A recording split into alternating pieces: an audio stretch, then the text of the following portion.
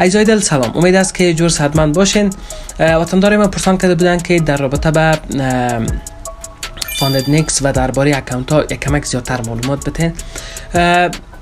یک اکانت ها قسمی هست که شما به طور مثال یک اکانت $6000 میخرین.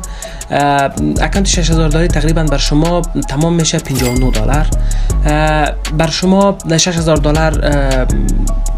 وارد میکنه داخل اکانتتان و شما دو مرحله امتحان دارین. دو مرحله امتحانه که بعد از اینکه شما پاس کردین بر شما اکانت ریال میده.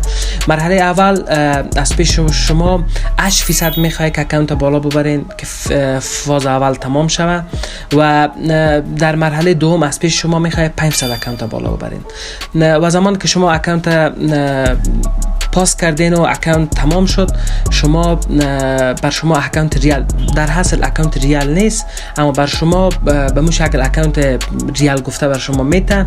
شما هر چقدر که سر از این اکانت کار بکنین، هر چقدر که این اکانت تون بالا ببرین، از 80% شروع الی 95% بر شما پروفیت که شما گرفتین مربوط شما میشه، یعنی بر شما اون پروفیت تا نمیته.